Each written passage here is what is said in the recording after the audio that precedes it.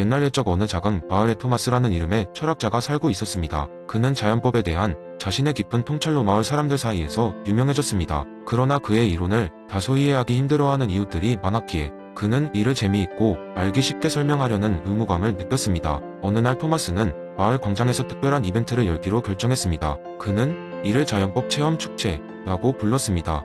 모든 마을 사람들이 초대되었고 축제는 토마스의 집 앞에서 열렸습니다. 첫 번째 이벤트는 선한 일을 찾기였습니다. 마을 사람들은 일정 시간 동안 마을을 돌아다니며 사람들이 선행을 하는 장면을 포착해야 했습니다. 몇 명의 참가자들은 길을 잃은 아이를 집에 데려다 주거나 무거운 짐을 들고 있는 할머니를 도와주는 등의 장면을 포착했습니다. 이들은 자연법이 말하는 선을 추구하라는 원칙을 체험적으로 이해하게 되었습니다. 다음으로 토마스는 악을 피하기 게임을 마련했습니다. 도전자는 거짓말하지 않기, 싸움 피하기 등 다양한 윤리적 도전을 받았습니다. 참가자들은 일상 속에서 종종 마주치는 도덕적 딜레마를 어떻게 해결하는지가 중요하다는 사실을 깨달았습니다. 이 게임의 목적은 단순히 악을 피하라는 이론적 지침을 실질적 상황에 적용해 보도록 하는 것이었습니다. 마지막으로 토마스는 큰 스크린을 통해 짧은 연극을 보여주었습니다. 이야기는 정의감 넘치는 청년이 부당함에 맞서는 내용이었습니다. 이는 자연법이 제시하는 윤리적 기준이 객관적이고 보편적이라는 점을 강조하면서 사람들이 이를 삶 속에서 어떻게 구현할 수 있는지를 보여주었습니다. 토마스는 축제를 마무리하며 이야기했습니다. 이제 여러분은 자연법을 단순한 이론이 아닌 우리가 어떻게 살아가야 하는지를 안내하는 지도와 같은 것으로 볼 수 있습니다. 선을 추구하고 악을 피하면서 우리는 우리의 삶과 다른 이들의 삶을 더욱 윤택하게 만들 수 있습니다. 이 축제는 마을 사람들 사이에서 오랫동안 회자되었고 자연법은 더 이상 복잡하고 이해하기 어려운 철학 개념이 아닌 모든 사람이 일상 속에서 실천할 수 있는 원리가 되었습니다. 토마스의 노력 덕분에 사람들은 자연법이 그저 추상적인 개념이 아닌 우리 모두가 접근할 수 있는 삶의 지침이라는 것을 깨닫게 되었답니다. 두 번째 이야기 옛날 옛적 그러나 그렇게 오래되지는 않은 한 작은 마을이 있었습니다. 이 마을은 그림 같은 언덕과 푸른 숲으로 둘러싸여 있었고 주민들은 주로 농업과 수공예로 생계를 유지했습니다. 겉모습은 평화로웠지만 이 마을에는 누구도 감히 이야기하지 않는 불문율이 있었습니다. 바로 만인에 대한 투쟁이 벌어지고 있는 마을의 진실이었죠. 마을의 주민들은 서로 얼굴을 마주하고 웃으면서 인사했지만 실제로는 끊임없는 경쟁 속에 있었습니다.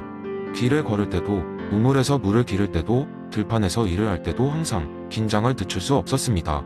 물 한 잔, 밀 한 움큼, 심지어 단 한 땀의 노동까지도 서로 빼앗고 빼앗기는 상황을 피할 수 없었기 때문입니다. 그 결과 마을 사람들은 대부분 깊은 불신 속에 살았습니다. 어느 날 이 지긋지긋한 상황에 질린 한 청년이 있었습니다. 그의 이름은 리암이었습니다. 리암은 마을에서 나름 똑똑하다고 소문난 청년이었고 사람들이 자신에게 불리한 점을 피하고자 종종 찾아와 대화를 나누곤 했습니다. 그는 어느 날 더 이상 이 상황을 참을 수 없다는 것을 깨달았습니다. 모두가 서로를 경계하며 살고 있는 이 상황이란 결코 바람직하지 않았습니다. 그는 마을 사람들을 모으기로 결심했습니다. 모두가 모인 마을 회관에서 그는 덜컥 연단에 올랐습니다.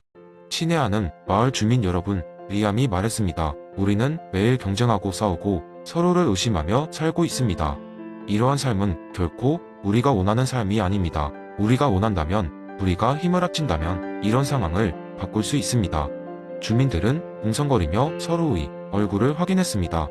과연 이 청년이 무슨 말을 하려는 걸까? 라는 의문이 맴돌고 있었습니다. 리암은 계속해서 말을 이었습니다. 만약 우리가 모두 함께 규칙을 정하고 서로가 지킬 약속을 한다면 더 나은 삶을 이룰 수 있지 않을까요? 자유의 일부를 포기하는 대신 우리는 더 안전하고 신뢰할 수 있는 공동체를 만들 수 있을 것입니다. 이때 한 노인이 손을 들어 질문했습니다. 그렇다면 우리는 누가 이 규칙을 지키는지 어떻게 합니까? 그리고 누가 그것을 감시합니까? 리암은 잠시 생각한 후 이렇게 대답했습니다. 우리 모두가 함께 그 역할을 맡아야 합니다. 우리가 선택한 사람들로 이루어진 위원회를 만들고 그들이 우리를 대신해 규칙을 관리하고 집행하도록 해야 합니다. 그러나 이 위원회는 우리 모두의 동의 아래 존재해야 하며 규칙과 계약보다 우선하는 것은 없습니다. 마을 사람들은 그날 밤늦게까지 토론을 이어갔습니다. 그리고 마침내 리암의 제안을 받아들이기로 결정했습니다. 그들은 공동으로 협약을 작성했고 이 협약은 개인의 자유를 일부 제한하는 대신 모두가 지켜야 할 규칙을 담고 있었습니다. 마을은 점차 안정됐고 사람들은 더 이상 서로를 적으로 간주하지 않게 되었습니다. 협력의 분위기 속에서 마을은 번영하기 시작했고 모든 주민은 자신의 방어막을 내려놓고 다시 웃음을 찾았습니다. 이 작은 마을의 이야기는 토마스 홉스가 말한 사회 계약론을 근본으로 합니다. 홉스는 우리가 가진 자유의 일부를 포기함으로써 더 큰 안정과 질서를 얻을 수 있다고 믿었고 이 이론은 오늘날에도 많은 곳에 적용됩니다. 이 마을의 공동체는 홉스의 아이디어를 현실로 보여주는 한 예에 불과할지도 모르지만 그 영향은 그들의 삶을 바꿨고 평화와 협력을 이루는데 큰 기여를 했습니다. 사람들은 결국 눈치챘습니다. 때로는 협력이 경쟁보다 훨씬 더 풍요롭고 의미 있는 결과를 가져다 준다는 사실을 말이죠. 세 번째 이야기, 어느 작은 마을에 모든 사람들이 참여하는 특별한 축제가 열렸습니다. 이 축제는 흔히 볼 수 있는 단순한 잔치가 아니라 장자크 루소의 일반 의지를 실험해 보기 위해 기획된 것이었습니다.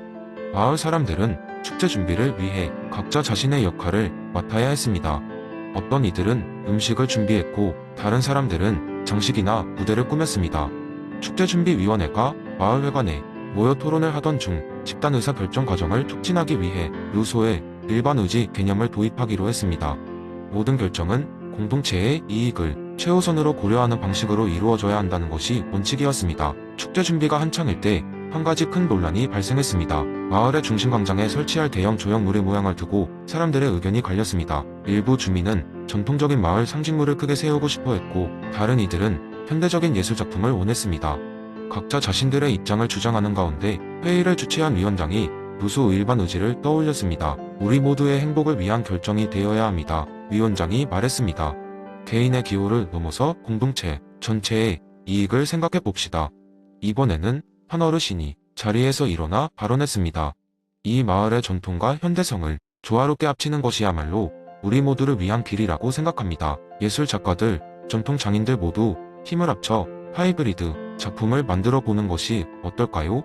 이 제안은 빠르게 지지를 받았습니다. 각자의 이익을 양보하고 공동선을 위해 노력하자는 취지의 사람들은 박수를 보냈습니다. 그 결과 전통과 현대가 조화를 이룬 아름다운 조형물이 광장을 장식하게 되었습니다. 조형물 제작 과정에서 주민들은 서로의 기술과 예술성을 존중했고 이는 마을을 더욱 단결하게 만들었습니다. 축제 당일 조형물 앞에서는 여러 가지 행사가 열렸습니다. 서로의 노력을 치하하는 연설과 공연이 이어졌고 마을은 하나가 되었습니다. 그리고 축제의 마지막 순간 주민들은 천천히 광장에 모여 자신들이 이룬 성취를 눈앞에 두고 만족스러운 미소를 지었습니다. 이 작은 마을의 축제는 루소의 일반 의지가 실현되는 순간이었습니다. 개인의 이해관계를 넘어 전공동체의 이익을 추구할 때 사회적 조화와 개인의 자유가 어떻게 공존할 수 있는지를 몸소 체험한 것이었습니다. 이는 단순한 행사에 그치지 않고 이후 마을 생활에도 큰 영향을 미쳤습니다. 마을 사람들은 더 자주 모여서 토론하고 새로운 결정을 내릴 때마다 이 특별한 경험을 떠올리며 공동체적인 사고를 실천해 나갔습니다. 이 이야기는 먼 곳에서조차 사람들에게 영감을 주었고 다른 공동체들이 그들의 방식대로 일반 의지를 실험해 볼 수 있는 동기를 제공하였습니다.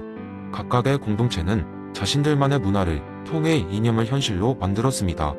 그렇게 장자크 루소의 이론은 작은 마을을 넘어 더 넓은 세상의 메시지를 전달하게 된 것이었습니다.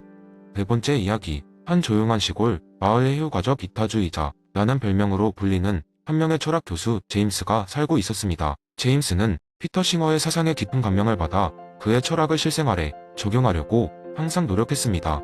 하지만 그가 사는 마을 사람들은 그의 사상을 잘 이해하지 못해 종종 그를 이상한 사람으로 여겼습니다. 어느 날 마을에 대규모 자선 바자가 열렸습니다. 마을 사람들은 그곳에서 수제잼을 팔거나 직접 짠 담요를 경매에 붙이며 수익금을 지역 아동병원에 기부하겠다고 결정했습니다. 그러나 제임스는 이 자선 행사가 진정으로 효과적인지 의문을 가졌습니다. 그는 마을 회의에 참석해 자신의 의견을 말하기로 결심했습니다. 회의에서 제임스는 따뜻한 미소를 지으며 천천히 이야기를 시작했습니다. 친애하는 여러분, 여러분의 선의를 의심하는 것은 아닙니다. 모두가 아동병원을 돕고 싶어 한다는 것을 알고 있습니다. 하지만 제가 말씀드리고 싶은 것은 우리가 가진 자원을 가장 효과적으로 사용하는 방법에 대한 것입니다. 사람들은 그를 의심 어린 눈초리로 바라보았습니다. 예를 들어 우리가 이 바자를 통해 모을 수 있는 금액이 제한적일 수밖에 없습니다. 그래서 저는 제안드립니다. 우리가 이 자금으로 가장 큰 영향을 미칠 수 있는지를 생각해 보자는 것입니다. 아동병원에 필요한 필수 장비를 알아보고 그 장비가 제공할 수 있는 생명을 구할 수 있는 잠재력을 평가해 보는 것은 어떨까요? 회의실은 잠시 조용해졌습니다.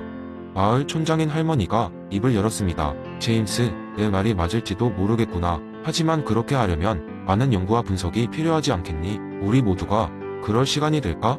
제임스는 잠시 생각하다 답했습니다. 물론 시간이 필요할 것입니다. 하지만 우리가 조금만 더 노력한다면 그 결과는 몇 배로 돌아올 것입니다. 우리가 돕고자 하는 사람들에게 정말 필요한 도움을 줄 수 있게 되는 거죠. 결국 마을 사람들은 제임스 말을 따르기로 했습니다. 그들은 자원봉사자 몇 명을 모아 병원과 협력해 필요한 장비 리스트를 만들고 그 장비들이 얼마나 많은 아이들의 삶을 변화시킬 수 있는지를 조사했습니다. 그 결과 최신형 수학과 진단 장비 한 대가 가장 필요하다는 결론에 이르렀고 과자 수익금을 그 목적에 집중하기로 했습니다. 몇 달 후 그 장비가 병원에 도착한 날, 마을 사람들은 제임스에게 감사 인사를 전했습니다. 병원의 의료진은 이미 수십 명의 아동 환자들을 신속하고 정확하게 치료할 수 있었다며 기뻐했습니다.